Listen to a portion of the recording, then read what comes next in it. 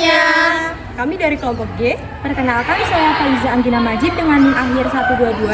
Saya Fatma Malino dengan NIM akhir 149. Saya Naya Deni Putri dengan NIM akhir 101. Saya Zeda Deliamin dengan NIM akhir 145. Saya Levina Ramadhani dengan NIM akhir 124. Di sini kami akan memberikan tutorial analisis uji statistik one way ANOVA menggunakan software JASP. Simak videonya ya. Statistika merupakan metode ilmiah yang berperan penting dalam proses penelitian, tidak hanya untuk menyajikan data dalam bentuk tabel dan grafik, tetapi juga untuk mengumpulkan, mengolah, menganalisis, dan menarik kesimpulan dari data secara sistematis. Dalam bidang farmasi, penggunaan uji statistika menjadi sangat krusial karena mendukung evaluasi data percobaan secara objektif, sehingga memungkinkan penarikan kesimpulan yang akurat dan pengambilan keputusan berbasis bukti.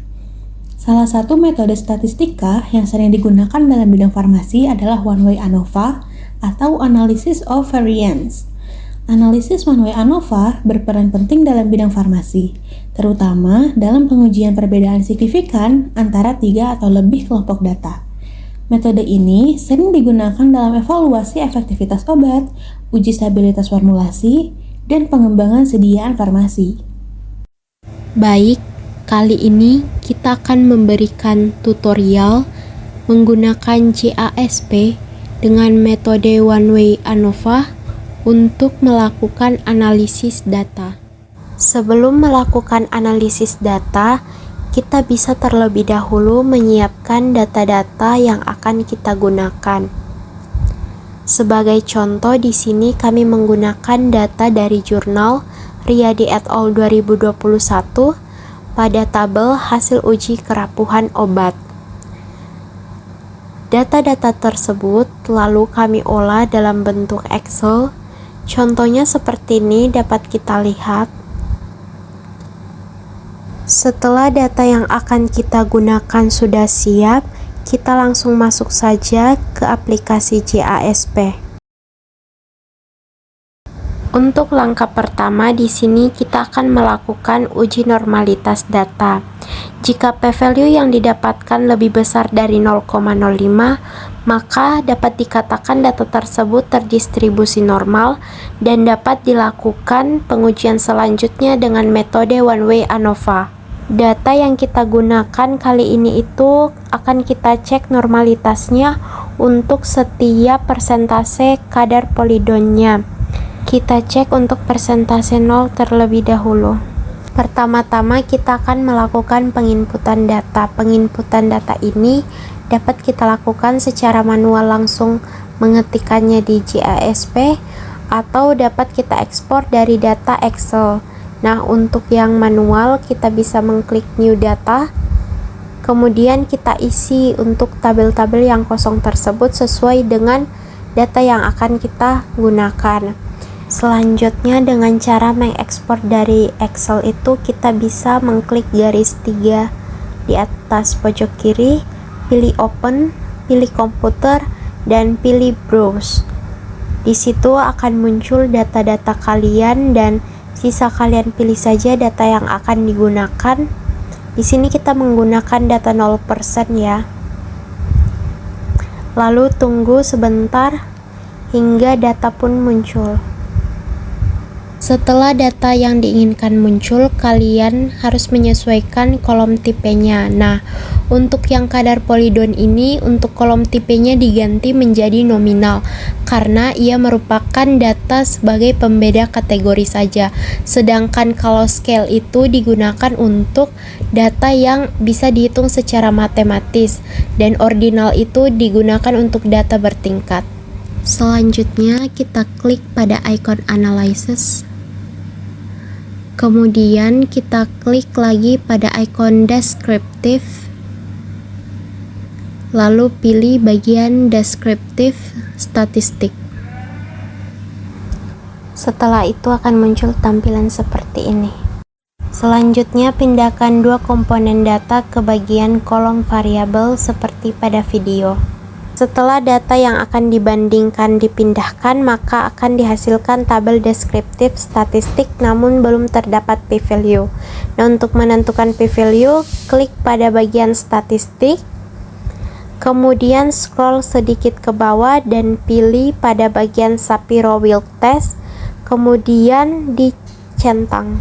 Nah, maka akan muncullah p-value-nya yaitu 0,601 untuk data ini. Nah, dari hasil yang didapatkan kita bisa menyimpulkan bahwa data kadar polidon yang 0% itu terdistribusi normal karena p-value-nya itu lebih besar dari 0,05. Maka data ini dapat digunakan dalam metode one-way ANOVA.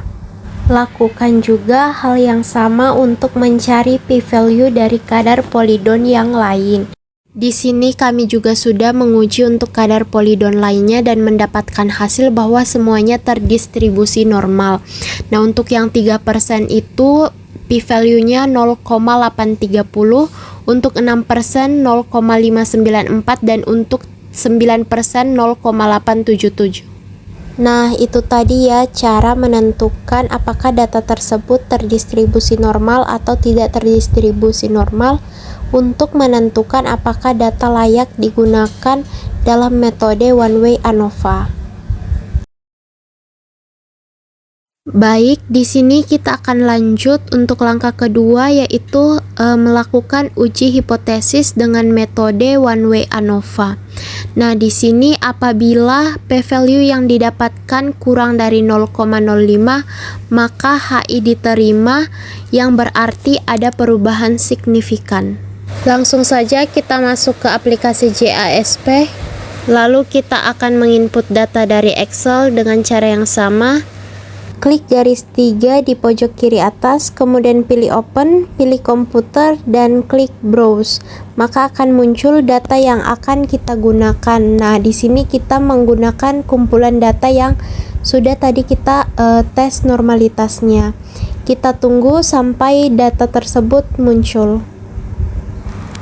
Nah, setelah data yang kita inginkan muncul, maka kita akan menyesuaikan lagi untuk kolom tipenya.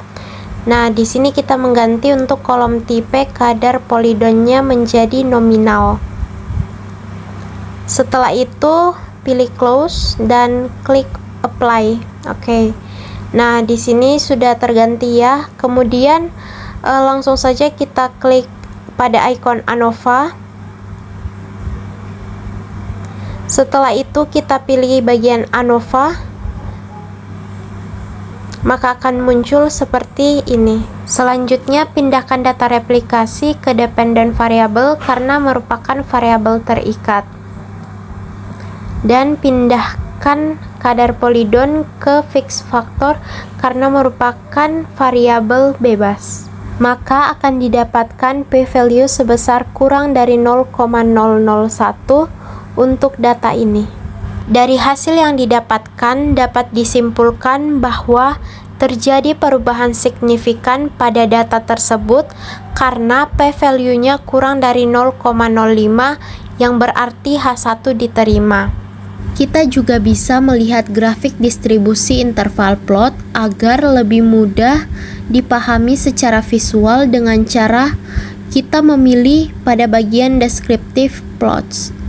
Nah, setelah itu kadar polidon pada bagian faktor kita pindahkan ke bagian horizontal axis.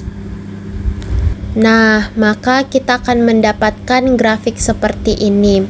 Dari grafik ini kita dapat menyimpulkan data tersebut bahwa semakin besar penambahan persentase polidon, maka semakin rendah juga kerapuhan obatnya.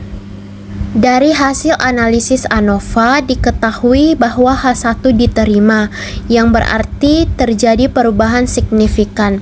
Nah, untuk mengetahui variabel mana yang berbeda signifikan, diperlukan analisis lanjutan ANOVA atau analisis post hoc. Dalam analisa ini kita menggunakan metode 2K dengan cara kita klik pada bagian post hoc test.